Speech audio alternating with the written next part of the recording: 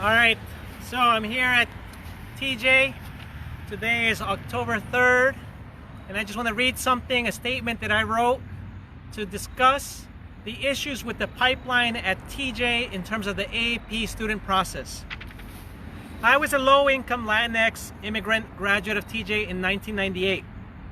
I do not support what has been happening here for the past 30 years. The current status quo does a great job of recognizing and identifying parental effort in guiding their child into a very singular skill, that of test taking. It also measures the social capital that said parents have and are able to use to navigate the bureaucratic hurdles set up for their child's education. The hurdles are such that they need to know and pick a home in the middle schools that are best feeders to TJ, that have the staff that is knowledgeable to the AAP process, to the selection, and ultimately to the recommendation and application process. They need to know about the nonverbal Naglieri assessment test in the first grade. They need to know not to miss it, and they need to know that they can prep for it. They need to know that what the typical cutoff is for that age group. They need to know that in the second grade, their child is going to take a Fairfax County cognitive aptitude test. They need to know that typical cutoff.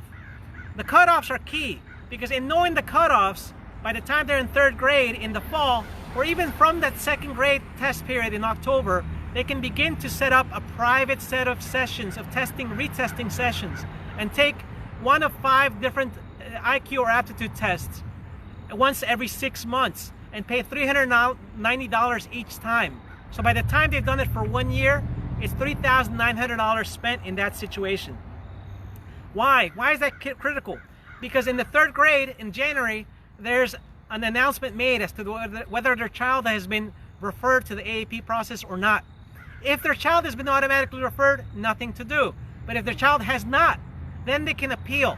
And the appeal can receive any one of these test scores, as long as that test score meets the criteria. And here's the thing, those are private companies with a private motivation to make sure that that child is more benefit on the test score. Apart from that, every child tests better in a private setting, but not every child has access to that. Again, a private individual test is $390, a group test is $160, a private psychologist plan is over $3,900. All right, so that's one expense. Additionally, parents can also effectively rent one time or for a couple of years a home in a better district to get placed into a specific school. Then they can move back to another place, or they can remain. But even if they don't, they can choose and petition the county to keep their children towards that base school so that they already get those benefits. And then they can choose to be hampered and be part of the car culture in our society and drive their child because, again, they don't live close enough. Again, not everyone's doing this. These are just strategies that are possible to enact if you are intentional. Apart from that, then, you can begin just a typical enrichment activities. You can spend $300 a year or more. Again, there's typically a morning, an afternoon, and at least 6 sessions of robotics camp or coding camps throughout the year. Each of those sessions is $100 to $150. Then, if your child just wants to be in orchestra, well, no problem. Pay $33 a month to rent an instrument. They want to do band, another $33 to rent that instrument. They want to do a play, no problem. $500 to be part of that play. Now, not every school has that cost, but I'm talking to you about personal experience. Again, then you do a summer camp in the summer, 3-week summer camp. Maybe you're paying $500 a week. And again, that's a lowball number for those type of camps. Then you do one day a week, 1 hour tutoring, $60 per session. For 30 weeks, that's $1,800 a year. Any given year per child, you're spending $4,260 a year in their enrichment. All right, you continue that from 3rd grade to 8th grade, plus the private assessments and everything else.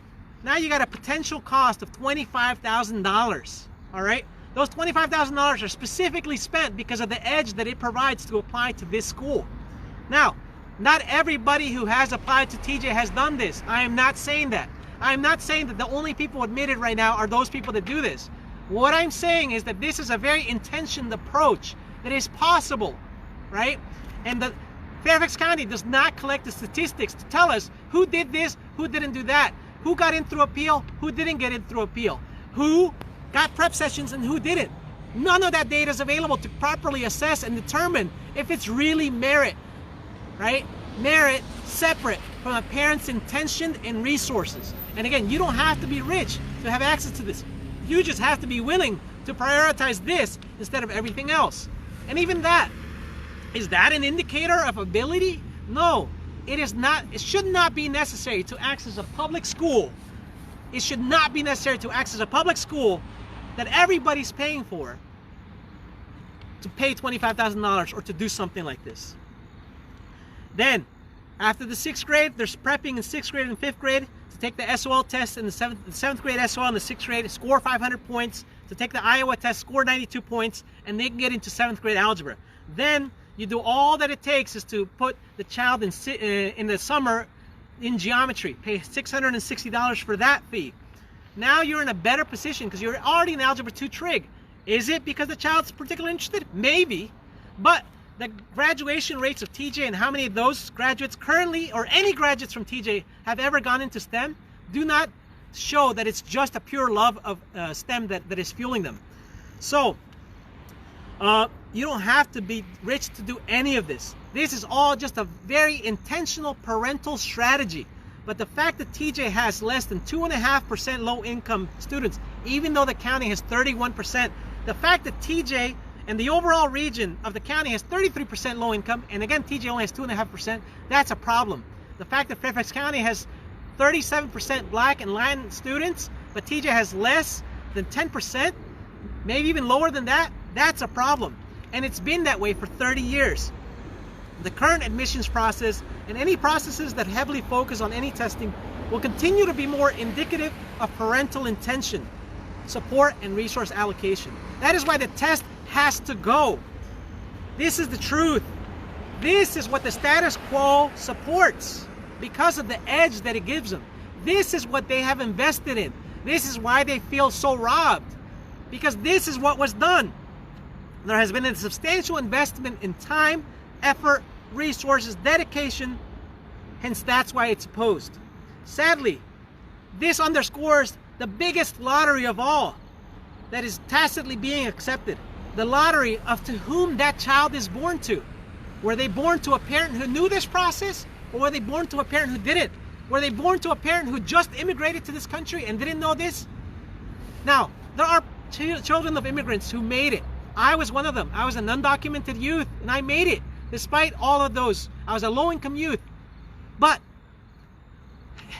this county has a lot more people like me. And are they making it? No. You know, it's not about a perfect representation. It's just an equal chance. I'm part of the TJ Alumni Action Group. It's a group of over 1,000 on Facebook. And we have a lot of alumni that are very passionate in this subject and have been putting a lot of work. They have been volunteering their time and effort. We're not paid by anyone. Nobody gives us any motivation. We're just here because we are tired of the results of the failed strategies of the past 30 years. The failed strategies of relying just on a test, of relying just on a feeder system that is biased because of teacher recommendations, or relying on a feeder system that already has implicit biases built in.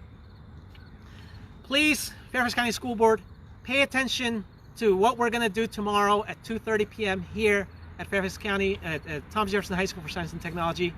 For all those that oppose, I understand you oppose it, no problem. But here's the thing, we were respectful of your voices. We let your voices come out without us interrupting or opposing them, because we believe in the honest discourse. We are not painting you as bad people. We're just disappointed with the system that we're working in, and we want to help change it. Thank you so much for your time, and look forward to seeing you tomorrow.